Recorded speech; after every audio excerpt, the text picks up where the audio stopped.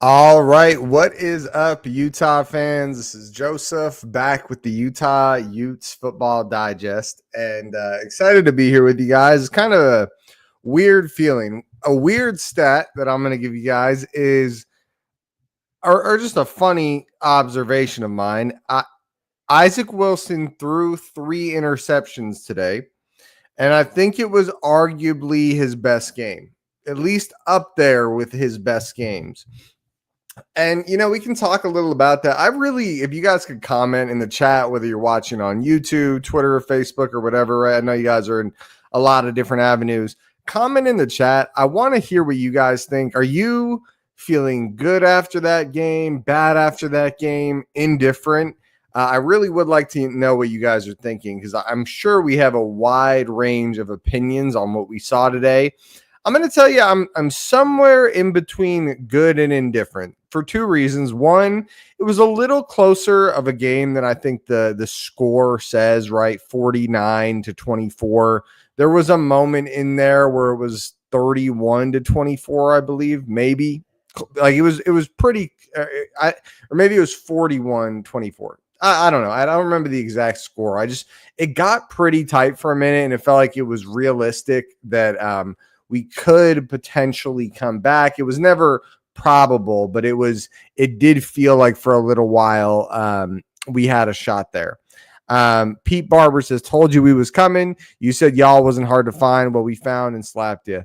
Dude, I don't know what is up with these Colorado fans. Like, go to your own freaking channel, bro. Like, what do you even want? We lost. I don't know. Like, yeah, I when I said that, like, my prediction of if the Utes won, I literally said if Utah, I'm going to give a super optimistic prediction on if Utah can figure out the quarterback situation. And in that super optimistic prediction, I had Utah winning by 3, right?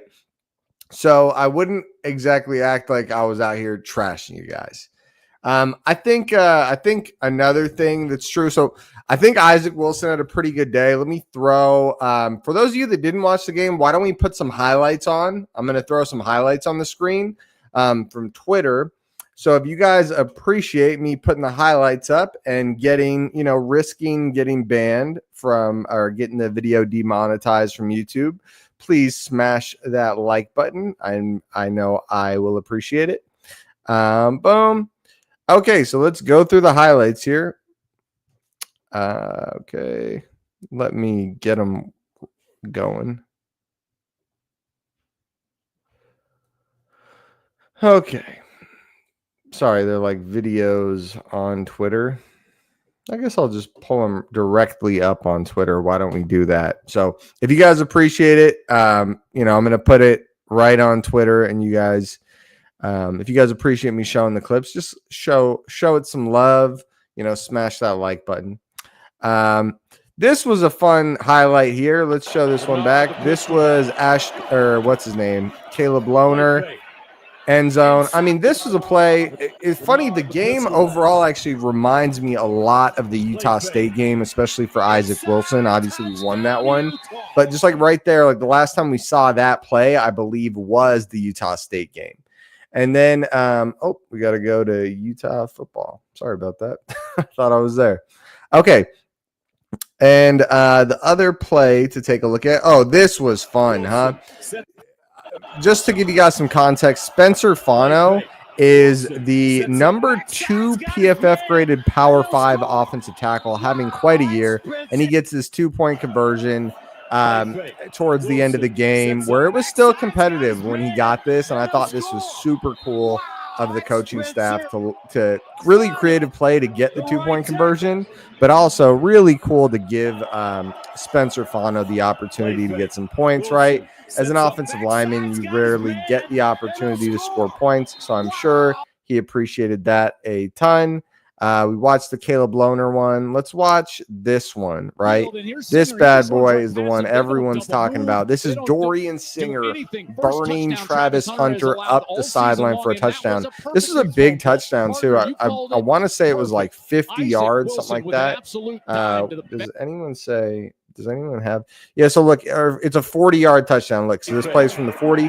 What a throw by Isaac, too. I mean, I don't know about you guys. When I was watching that, I was like, oh, this is money, right? This is money. This is gonna be a touchdown. When this ball was in the air, it was like, okay, little play action, bombing it up the sideline, and I felt good like that was gonna be a touchdown. So I really like that play, and I think that was the play of the game for the Utah offense. What really impressed me a lot, though, was more than that was just Isaac's ability to sustain drives. Right, I don't know about you guys, that impressed me more than anything else. Where it's kind of like, don't get me wrong, there were bad times in this game for the offense, and had the offense been firing the way it did at certain parts of the game throughout the whole game, we'd be looking at a very different game. But there was a drive, and I believe it's the drive that ended in that Caleb Lohner touchdown that we just watched a minute ago, and then the Spencer Fano 2-point conversion. There was a drive there that ended that way, and I really thought that drive was Isaac's best drive I've ever seen. If anyone knows the one I'm talking about, you'll probably agree. It was just very impressive. He had a lot of nice passes to Carson Ryan. I think multiple on that drive. By the way, Carson Ryan balled out. I'll pull up the stat leaders. We can take a look at that. We don't have Isaac Wilson's QBR from this game, but I'm going to go ahead and guess that it's pretty decent. Not like great, but I made a statement that if we were to go over, if Isaac were to get over a 50 QBR, that we'd probably win this game just because the team around him usually performs so well. And the, quarterback situation is usually what holds us back. So I thought that was pretty impressive. I'm going to put the video chat link in the comments, guys. If anyone has any interest in hopping on the channel, doing a little video chat, you don't have to show your face. You could just do audio if you want, but giving your opinion. I know we got a few regulars that come on the channel here. Seriously, I'd love to just kind of hear where you guys are at, hear what you're thinking. Dude, this Colorado fan, I'm going to put him in a timeout. Just kind of annoying, in my opinion. Broncos fan for life. I like Vele. He says Veal. I think he's talking about Vele. He's going to be a good one for my Broncos. Trevor Hall says it's about time for Kyle to retire. Not sure if I agree with that one.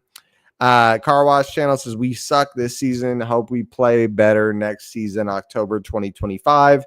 And we need to get players healthy and back again from injuries. Too many players on injury lists, and Cam will play a 8th year. PNW says 3 INTs hurt that QBR. Yeah, I'm with you. I'm sure it's not like in the 70s. I'm thinking maybe 50s to 60s. And the reason I say that is there were drives, as much as there were drives that, collapsed because of Isaac. There was also, don't forget, one of his interceptions. I think some blame should be on Isaac because it was kind of a duck, right, that he just tossed up to Munir McClain, had way too much air on it. It was in the air for 5-6 seconds. But Munir McClain it just dropped the pass, right? It got broken up. He got hit as he caught it. So I'm going to see if we can get some highlights going here. Might get the video taken down, but hey, let's roll the dice. All right. Utah versus Colorado. Highlights. I want to get some highlights going, and I'll try to break it up to give us very low risk of the video getting taken down, but you guys know, no guarantee it will or won't get taken down. So just be patient with me here. All right. So just kind of let us reflect on the game, right? And again, if you guys appreciate me showing the highlights and risking the video getting taken down, smash the like button. Okay, here we go. So I'm going to kind of put it on the screen like this. I'm not going to full screen it because I feel like that probably risk more of it getting taken down. But that interception to start off the game, right? Lander Barton, heck of a play. That I think we all felt really good after that interception happened, right? I felt really good after that interception happened. But the game, there was a really bad 5 minutes here for Utah where this fourth down. Look at this freaking fourth down. Damn, dude. Just embarrassing there. Where they score on us, right? Really embarrassing. And then look at the adjustment he makes right to the back shoulder. So I'm zooming out a little to hopefully decrease the odds of the video game. But they scored on us, and then we come out, go 3 and out, and then we punt it to them here, and they run that punt return back for a touchdown. Just awful, right? Just rough play. You can't be happy with that. I remember this was a low point. It was 14-3 right here, and I felt, because offense we hadn't seen anything yet, and they were up big. We looked kind of sloppy, right? I was feeling it right here. I'm sure I wasn't the only one. I was feeling bad right here. This is that. Yeah, let's watch this one back. This was that play I was talking about, where Isaac throws up a duck. Isaac throws up a duck. Munir McClain has to catch that. It gets broken up, and then Heisman front runner Travis Hunter picks it off and then runs it back for a little ways. That was a rough play. And honestly, I think a lot of people are 100% blaming this on Munir. Look how long this ball is in the air, and he does go up to get it. That is a bad play by both of them, but he should have caught it. And then that play, oh, God, that was a real kick in the groin. This little Travis Hunter jump ball. Oh, man, and that was 4th and 8. And honestly, the other thing that really frustrates me, and I'm sure it frustrates you guys too, is how bold teams are at going for it on 4th and 8 because our offense is so bad, right? Like, they know our offense doesn't do well, and so they go for it all the time on 4th and 8.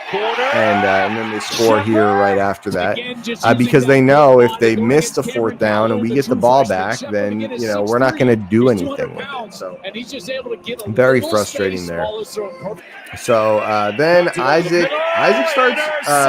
This is the pick. So there's some bad plays, trust me.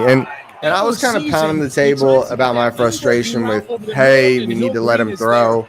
This whole run up the middle a bunch of times. Or everyone says run up the middle, but we're doing stretch plays. Is what it is. We're not effectively running the ball, and then we're running these weird tunnel screen, or not tunnel screens, but bubble screens, stuff like that. When we is the highlights volume too loud? Thanks for letting me know. Is that a little better? That's where our defense got hurt from the run game. Overall, we did well against the run today. That was the Isaac Wilson touchdown there. Let's take it back a little. Isaac Wilson touchdown here. Really good play there. I mean, we've already shown that one. Utah Out says much better. Thank you. Well, thank you. Great play, right? That was the highlight of the game for our offense. But there was a drive here, and that's what I'm hoping to see in these highlights, is that drive where Isaac Wilson really looked good at times. Honestly, so I'm going to pause it for a second. I want to comment. As I'm rewatching these highlights, I'm sure you guys feel the same way. You kind of relive the game, right? You kind of reliving the game as you watch the highlights. Mentally, I remember feeling very annoyed because, like I said earlier, going into this game, I thought if Isaac Wilson could have a 50-60 QBR, that we would probably win this game, right? It's like, hey, if he can just do a decent game, just get some consistent drives going, put up some points, he probably win this game. But honestly, we got scored on a lot, guys. Let's not underscore that. The last touchdown was kind of garbage time. It is what it is there. But outside of that, I mean, they put up a good 42 points when this game was still somewhat competitive. There were a good amount of turnovers by the offense. I'm not debating that, but this is also a very good offense. I think I wouldn't say I wasn't aware that they were good, but I think I might have been underplaying just how good they were. I knew they were going to be very good. But I didn't think they'd do this well at times against our defense. So yeah, this play sucked, right? This was where, the game's still competitive, 28-16. We throw that big touchdown, and then they come out here. Oh yeah, so the closest the game was actually 35-24, because that the drive is right here. Yeah, so they get in here 30. Oh, that was what the crap. Wait, did they skip our whole great drive? What happened here? What the heck? You see that? These highlights just skipped our whole awesome drive. I'm going to find a different highlight. Excuse that one. That was a little inappropriate, that picture there. All right. Let's see what we got here. And get $150 in bonus bets when you bet $5. It's never ordinary at Bet365. Deion Sanders and his I just really want to find that drive. Perfectly thrown ball. 47 yards. Dre Jr. I think this is the drive. Yeah, it's right after this. So it's going to be right after this play. I just want to watch this drive because I feel like for me, this upcoming drive was Isaac Wilson's best drive I've seen him have. There was a lot of tough throws, a lot of big plays, and I was very impressed with how Isaac Wilson handled this. Like these plays across the middle, when they were watching the replays back, the anticipation he was throwing with and throwing it just behind the mid-zone defender was very impressive. Look, another great ball to Carson Ryan. Very, very impressive here. Yeah, I really liked what I saw today. Again, I'm going to comment on kind of what my thoughts are. I'm just reliving the game a little bit. Then this Caleb Lohner touchdown, we've seen that. So I'm going to go ahead and kind of end it. I think how I'd summarize it is just I think we had a really good Colorado team coming in here where they dude, these Colorado fans, bro, I'm just gonna block them. I could give a damn, dude. Colorado fans. I mean, what are the odds these guys are even going to be Colorado fans the second Prime is gone, right? Utah Out says Wilson to Ryan looked a lot like Rising to Kincaid of old. Yeah, for sure. Ryan actually early in the game, I don't know if you guys remember this. I think he had 2 drops early. Like he had the one that was like almost a fumble, but it was a drop. And then later in the game, Isaac and him just started clicking and connecting so well. It was really good to see. I mean, too little, too late on the actual season. I think where I am, and I'm guessing I'm in a bucket of a lot of different people that probably feel this way, is that we have a team that is in a bit of a rebuilding period, right? I know it's not the NFL and there's no real rebuilding period in college football, but I do think when you don't have a quarterback for the foreseeable future, you got to wonder what's going on. I know someone earlier mentioned maybe Cam's coming back for a 3rd year. I'm going to doubt that, right? I mean, for an 8th year, not a 3rd year. I'm going to doubt that Cam is coming back and guess that we're going to have to figure out a new solution to our quarterback situation. But I think that's an okay problem to have. I mean, eventually you have to turn that page and figure out what you're doing at quarterback. I think today Isaac looked good enough for me to have. So I'm going to tell you, just being honest, where I was early in this game, I was really starting to get to a point with Isaac, probably at halftime, even after he had a decent drive, just because, those drives right before halftime, they're giving you some space to let you move the ball and not score on them, but they're giving you those under looks to get yards. And so before halftime, or even at halftime, I was on a space. I did a quick space. I know a couple people were on there. I wasn't feeling it. I was feeling like Isaac's future at Utah just wasn't there. But I really do feel like we saw some things in the second half that I really was optimistic about Isaac's future at Utah. just I mentioned it earlier. We had seen these big plays, right? Like that giant bomb to Dorian Singer. It was not the first play like that we've seen from Isaac. The Money Parks one is the first one that jumps to mind in the TCU game, right? But if you think about that TCU game, it was still a terrible game for Isaac. Where yes, he threw one big play to Money Parks, but outside of that, it was a very rough game. Where what we saw today, we saw the big play, so that's awesome, right? Like icing on the cake. On top of a couple very consistent, very good drives. Like the interceptions suck. Like that's, it's terrible. And overall, he didn't have a very good game. 21 for 40, 2 touchdowns, 3 interceptions. But what we did see is we saw some signs that maybe he could be a guy. Okay, it looks like Go Utes is hopping on and wants to chat a little Utah Utes football. How you doing, Go Utes? Skull Buffs, nigga, you know what's going on, man. Skull Buffs. What a loser. Oh man, did you guys hear that? What a loser. I knew it too. I knew it. I knew he was gonna be a Colorado fan. Yeah. Oh man. So funny too, dude. Like, does Colorado even have a podcaster outside of like Locked On? I mean, does Colorado like even have like real fans outside of people that just jumped on because of Coach Prime? It's a real question because I remember when we played Colorado and beat you guys like 49-7 or whatever, multiple years. You guys, no one was around. Like it wasn't even like you make a video and there was just no people, right? APA says "Sco Utes."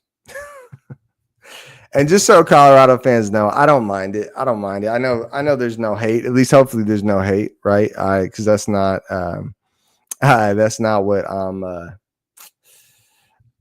about, right? Like honestly, I actually hope I would much rather Colorado go beat BYU than BYU beat Colorado, just so we're on the same page. And I would also say, I think after playing both teams and breaking down both teams and looking at how our defense and offense looked against both teams, I feel like Colorado would be my big favorite to beat BYU. Like if the two of them were the two teams in the Big 12 championship, I would feel pretty good about Colorado beating them. So if you're a Colorado fan, know that, right? Know that I do feel that you guys would beat BYU if you guys played in the conference championship. Because don't forget, we were an inch away from beating BYU, and a lot of us believe that game was stolen, is what it is there. But we were very close to beating BYU, and you guys really, I mean, I don't think the score is reflective of how close the game was, but it was a good win for Colorado. The game got tight, right?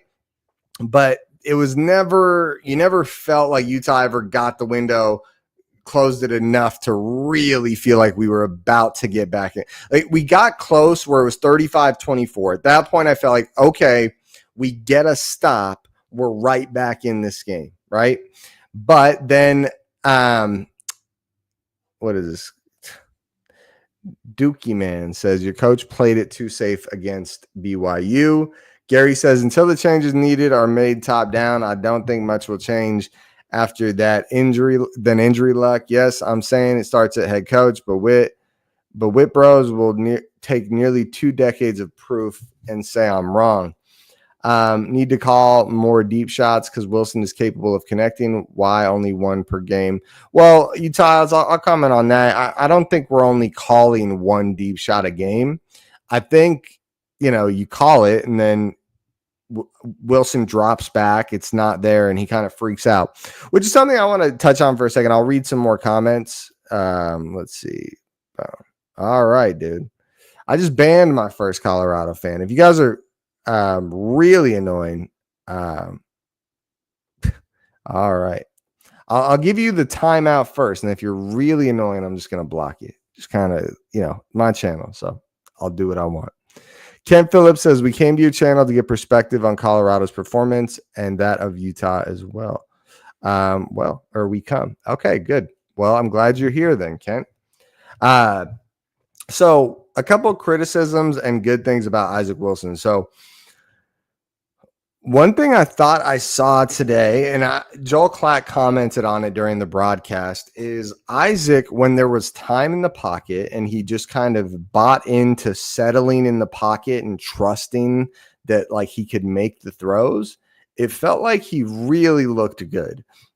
Like if he was willing to commit to sitting in the pocket, had time where, this could be a good or a bad take because sometimes all right, Dookie Man is banned. Because there were definitely times where it was a little excessive, right? Like where you felt like he was probably sitting in there for 4 seconds, right? And it's like, hey, you gotta take your shot. You have to have that internal clock. But when he was able to sit in the pocket, just slowly, methodically look through the defense and take his shot, he made some very nice throws and looked very good. The problem was, and I think PFF will probably back this up whenever they come out with their breakdown. They'll do a little, they'll show like where he was throwing well. Was he out of the pocket, in the pocket? And when he had to leave the pocket, though, you guys remember this, where he like steps up or then backs up and then starts rolling out, like, kind of panicking a little bit or trying to buy time.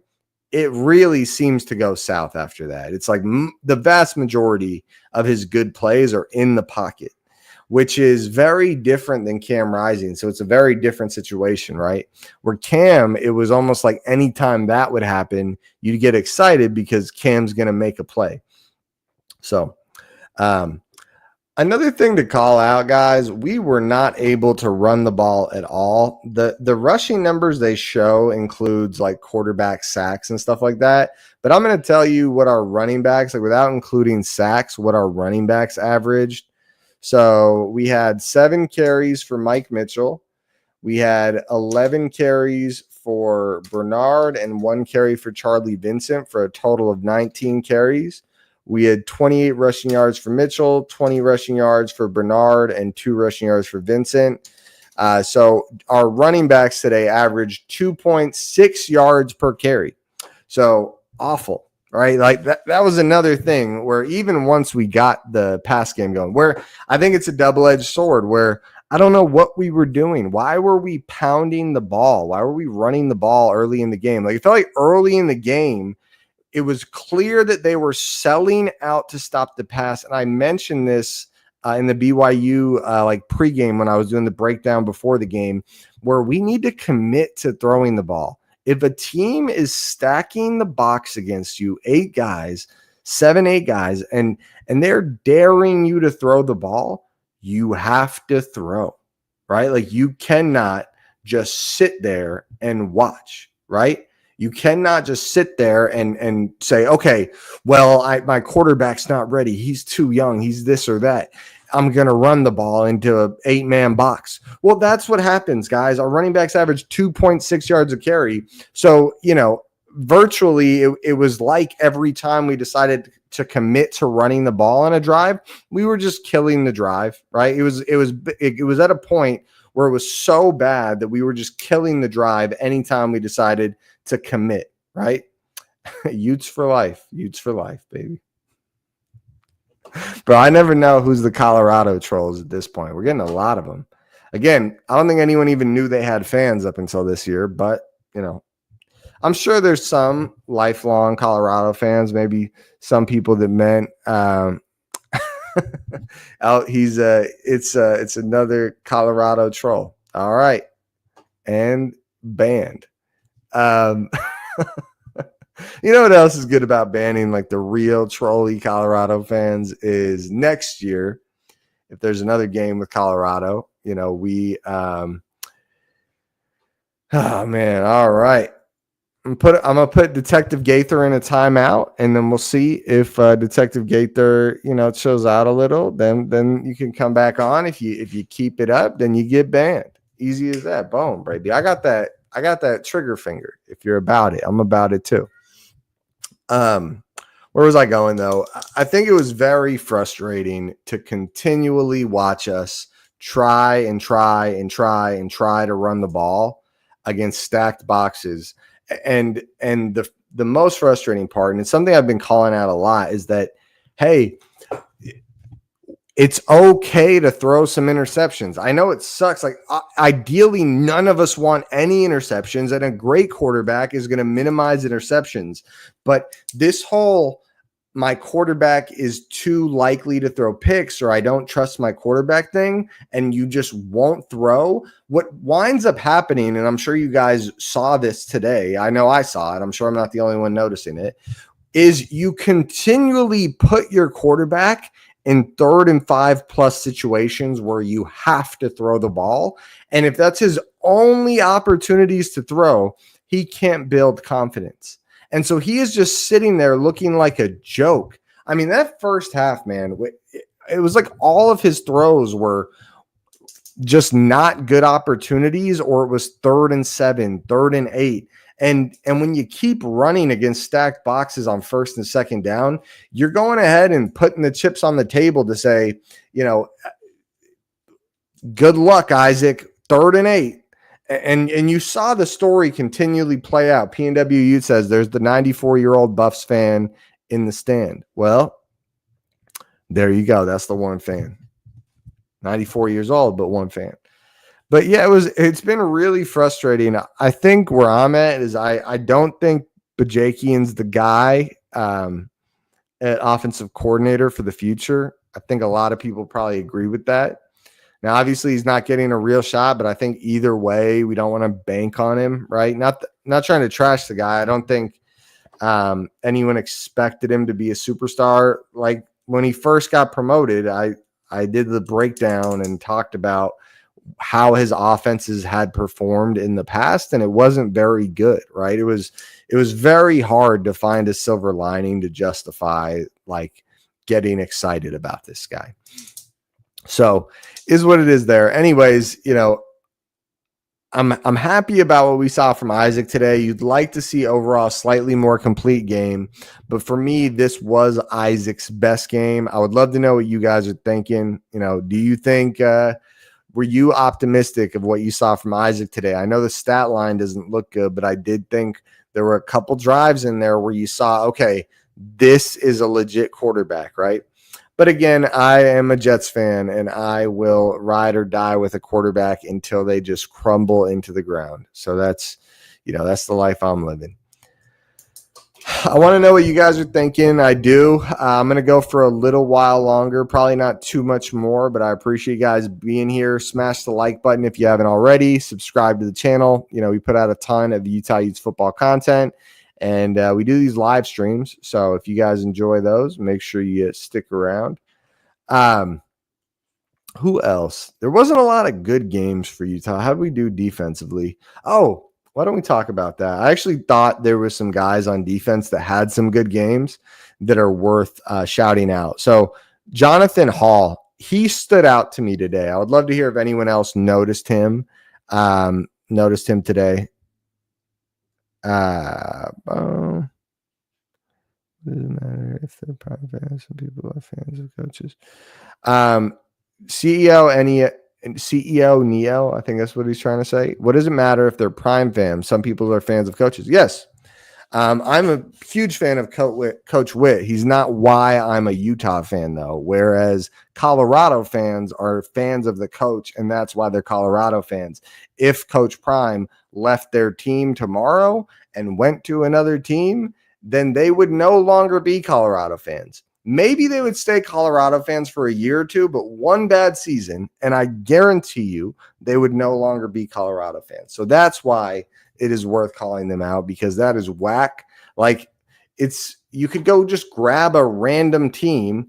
All right, Neo, I'm going to block you, dude. You're just being rude. People are defending bandwagon fans. I don't know about you. One of the things I've always not wanted to be as a fan is a bandwagon fan. That, like, to me, that's like a derogatory term. Like, it is like not something I want to be associated with, right? That's not something I want to be associated with. Utah Out says, I noticed Hall making plays for sure. Yeah. I thought Jonathan Hall really made some big plays today, flying around the field. 2 tackles for loss. You can see it on the stat chart there. So very good there.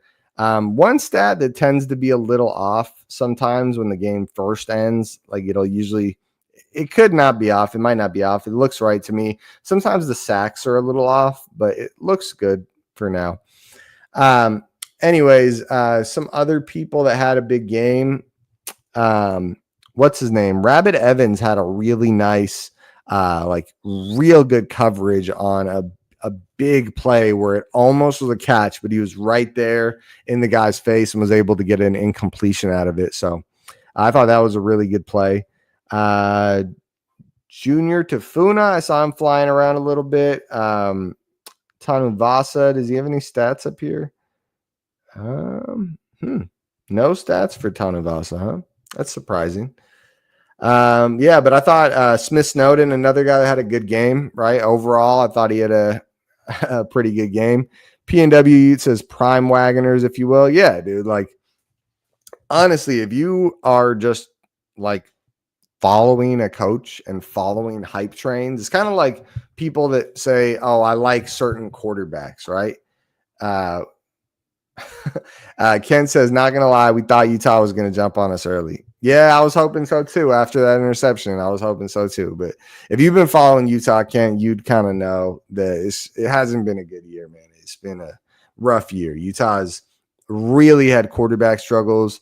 And the past 2 weeks in the Houston game and the BYU game, we had a guy named Brandon Rose starting for us, and he was bringing some electricity to the offense. He tore a ligament, and so he's out for the rest of the year. So just our luck. And so we had Isaac back in, but we saw some good stuff from Isaac. I thought Smith Snowden had a good game. Karine Reed, I definitely saw some big plays there. So yeah, Karine Reed. I'm trying to think. Yeah, he had the sack, the tackle for loss, 5 tackles. So I thought he had some good plays. Trevor says primetime will leave Colorado soon. Yeah, I think that's the funny thing is kind of like I almost feel bad for the real Colorado fans. Like Pete says, he knows firsthand about the Fairweather Ute fans. And Pete, I will agree with you there. I'm not saying Utah doesn't have any bandwagon fans. Like, but what I would say, Pete, is I'm not about them, right? Like if you come to the channel, you show love and you want to learn more and you're kind of a fan light, like that's cool. You know, do your thing, right? But my thing is these fans acting like they're hardcore fans, Pete, but they're not. They're just prime bandwagoners, and it's embarrassing. It's like once he leaves, Pete, like these guys are the people that have established, like they will make you have a really toxic fan base once he leaves because they know nothing about football. Probably they don't understand the ups and downs of football life cycles and replacing quarterbacks and this type of stuff. Like they are going to be a cancer inside your fan base once Prime's gone. Just so you know, Pete. I get it. Every fan base has a certain amount, but I'd feel pretty confident saying right now that Colorado's is probably 50 to 70% prime bandwagoners. So, you know, is what it is. You said, so they can't just like players. No, you can just like players. Anyone can like a player. But what I'm saying is if you only like a team, I don't know, maybe I fan a little differently than other people. And maybe some Utah fans might not even agree with this, honestly. But I would say I am not that guy. Like when someone tells me like they like a team because they like this quarterback, but they don't have a team, I'm going to be honest with you guys. I judge them a little bit if I'm being real. Like, oh yeah, I like Peyton Manning, so I like the Broncos, or I like the Colts because I like Peyton Manning. I'm not saying that you can't like Peyton Manning and like the Broncos because of Peyton Manning. But the other thing is this is not a fan of the team. This is a fan of Peyton Manning. Once this player is gone, just like Tom Brady, a lot of people became Bucs fans after he left the Patriots. Those were never Patriots fans. They were Tom Brady fans. Rug Dealer says football fans will follow the winners. Sure. Yeah. I don't agree with that at all. I think I'm going to put you in timeout, dude. That was a stupid comment. Football fans will follow the winners. No, football fans are fans, and will follow whatever team they've committed their fandom to. I have a strong opinion on that one. Little Big says, bro, Utah isn't going to lose fans when Witt retires. How do y'all not understand what he's saying? Yeah, for sure.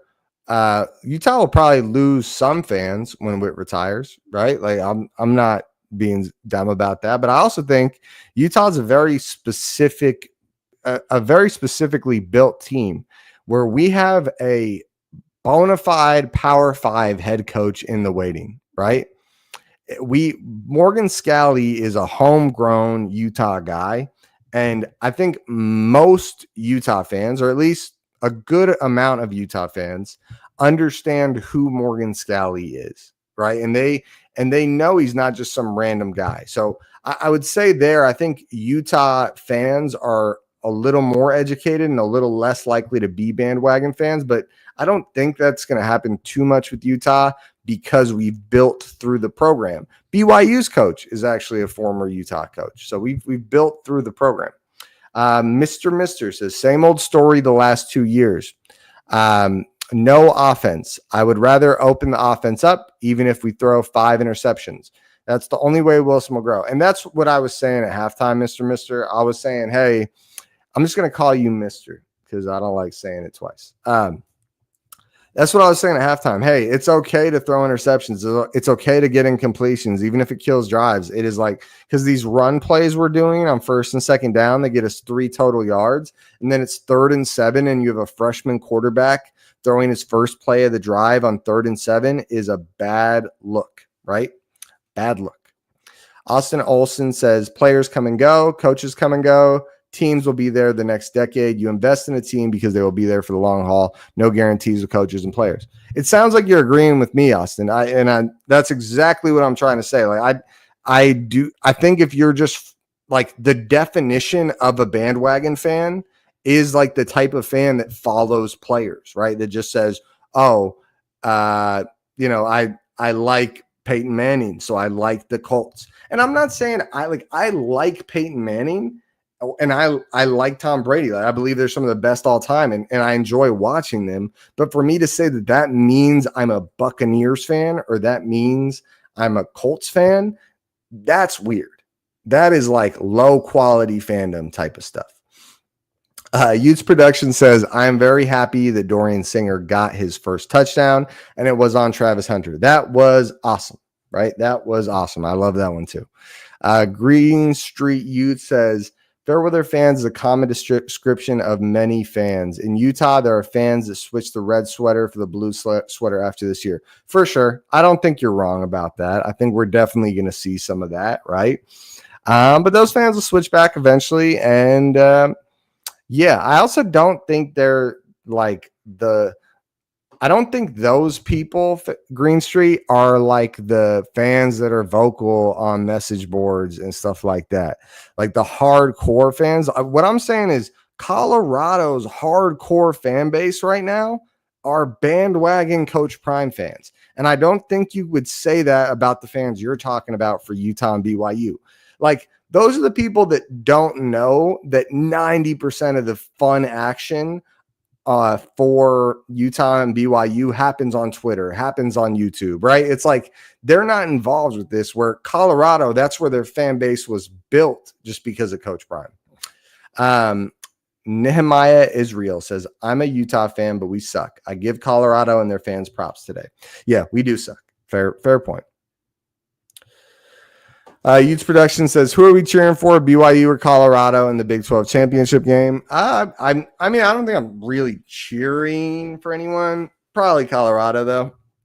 So, yeah, I do not want BYU to win. I'm going to be honest with you. And I feel like we beat them and we got kind of, have your opinion on it that you will. I feel like we got a little cheated out of that win.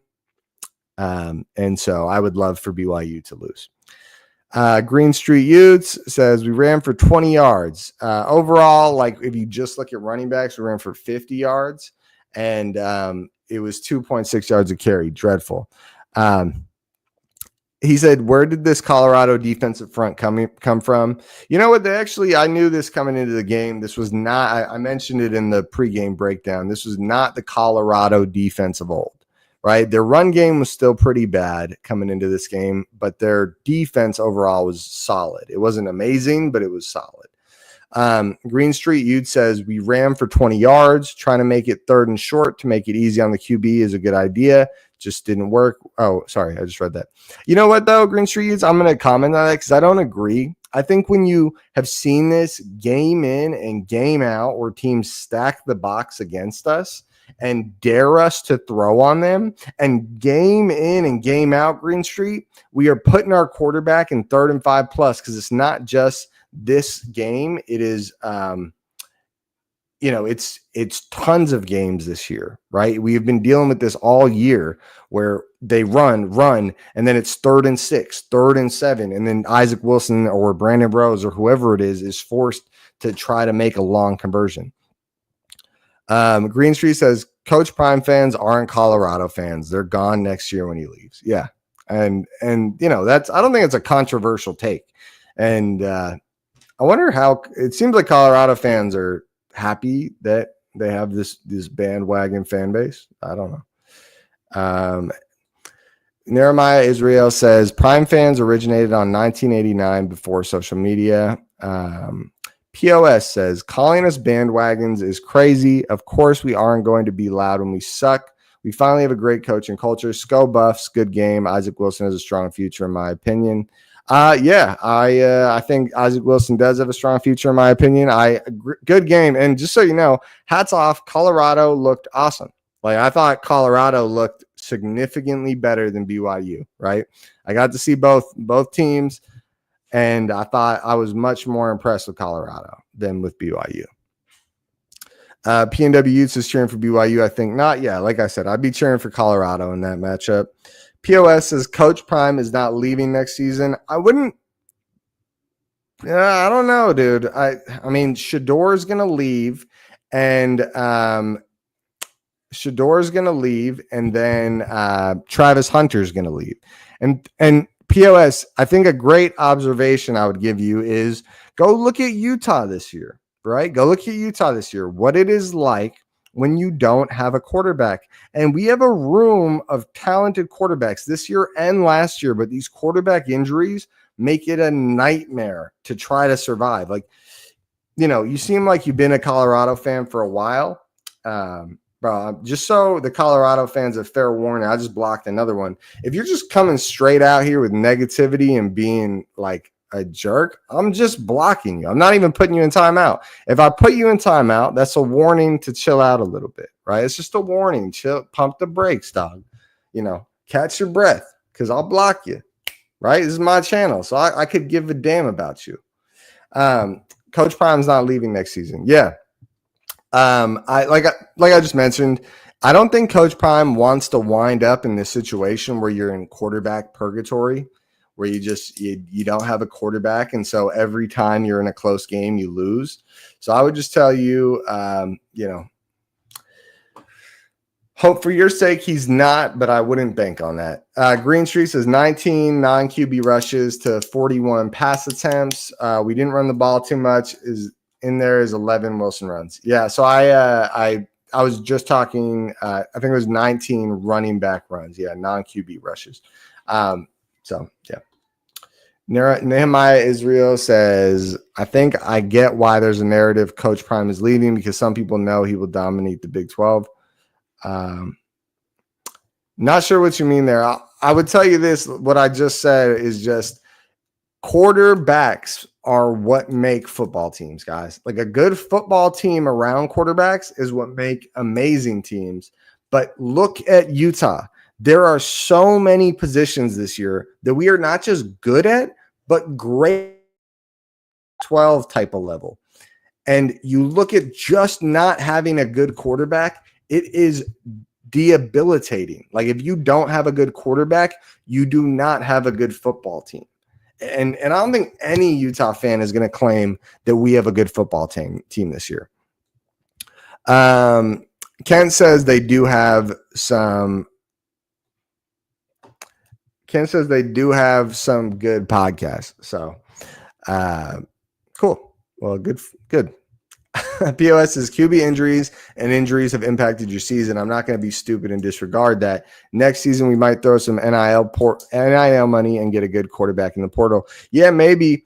But look at, there's a lot of quarterback transfers that don't pan out, POS. And I think if you're Prime, what do you do here? Like, I think realistically, there's a shot that Prime already could get offers from significantly bigger schools with significantly bigger NIL budgets. And we're talking leaps and bounds bigger, right? Just being honest, POS. Because and they would pay Prime a lot of money.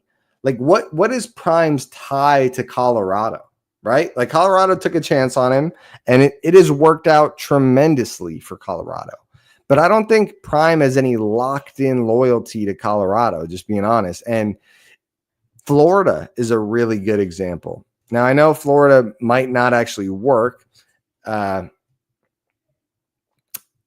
he's from Florida. He originally from Florida State. But as an example, really good chance Billy Napier's gone this year. Florida's NIL budget is sky high. And you get Florida's NIL budget with Coach Prime's recruiting and national presence, that team is 1 to 2 years away from real big things, like being an all-time contender. And if you're Prime, why wouldn't you do it? You know what, dude? I'm not going to bring anyone else on. So if this guy, I'm not going to bring anyone else onto the channel. We got too many Colorado fans flooding it. So I don't know. Someone just tried to join on video chat, but yeah, I'm not doing that again. So Ralphie says y'all defense is the truth. We would have scored 100 on any other team. Yeah, that's the thing, right? Our offense is so. I think you guys got to see it firsthand, and it's not that your defense sucks. Your defense played a role in that. It was a pretty good defense, like at least a decent defense. But you guys got to see it firsthand. Our offense has been a nightmare this year. It's same as last year, but to a different level of just nothing on offense. Green Street says if Prime stays in college, he probably goes to Florida State, right? Yeah, maybe. I think that's probably pretty likely. Another team with a huge NIL budget. They get Prime in there, tons of national attention, tons of big recruits. And the cool thing, too, for whatever team gets Coach Prime next, is he's proven that he is a good coach, right? At least a solid coach. And I'd say this, he is a good coach because he puts a staff, like he has Warren Sapp on his coaching staff. And like he has quite the staff around him. And I think he builds a really good roster of coaches as well as a great roster of players. Ralphie says we like you here in the Big 12. Yeah, I mean, it's going well for you guys right now. Nehemiah says, honestly, if we had Rising, we'd still lose. Okay. All right, bro. This guy isn't a Utah fan. Just being honest with you. I don't know who this dude is. I'm going to guess he's not a Utah fan. He's just a wolf in sheep's clothing. Because, bro, we have Camp Rising. I'm not going to go into it because it doesn't matter. But this whole season is a completely different picture. Because you're not accounting for how much better the defense would be if they had faith that the offense could help them out. As good as they've been this year, you're not accounting for that. So Robbie says he's staying at Colorado. I probably don't think so, big dog. I don't think you guys will see Coach Prime there long term. But for your sake, I hope he does, right? I'm no ill will towards you guys.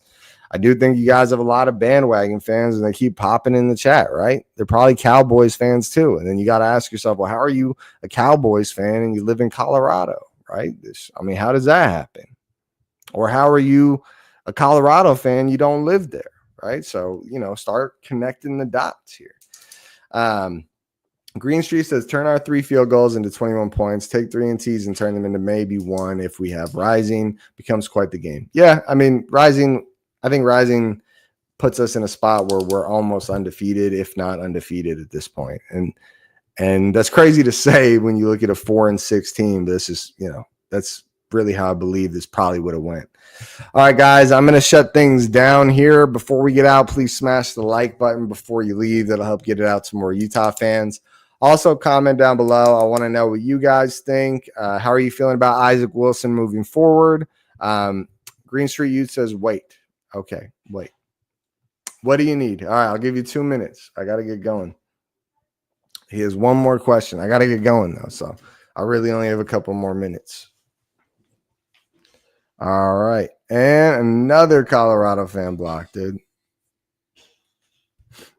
Do we know who's getting offered for OC? I actually did want to touch on this, so I got a couple minutes, so I'm going to touch on it. So I don't have any details on who we're interviewing, who's getting offered, but I really hope we look at people that are not reliant on one quarterback.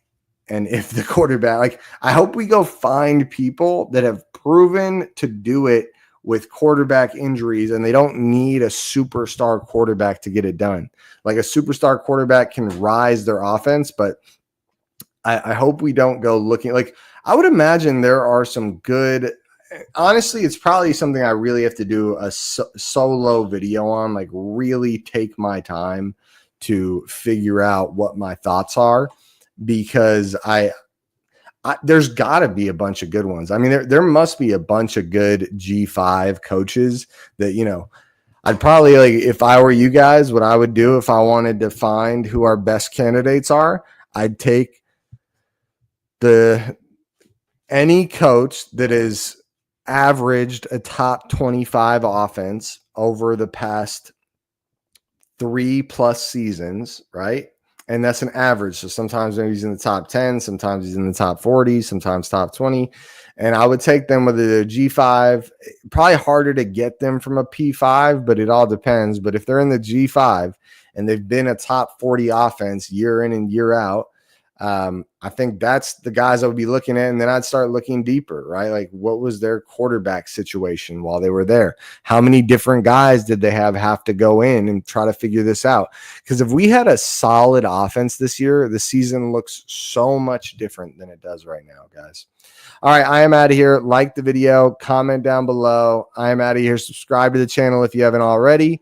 And shout out to Colorado. Good game. You guys played great. You guys got a high-powered offense. If you wind up meeting BYU in the Big 12 championship, go beat them. I'm out of here. Go Utes.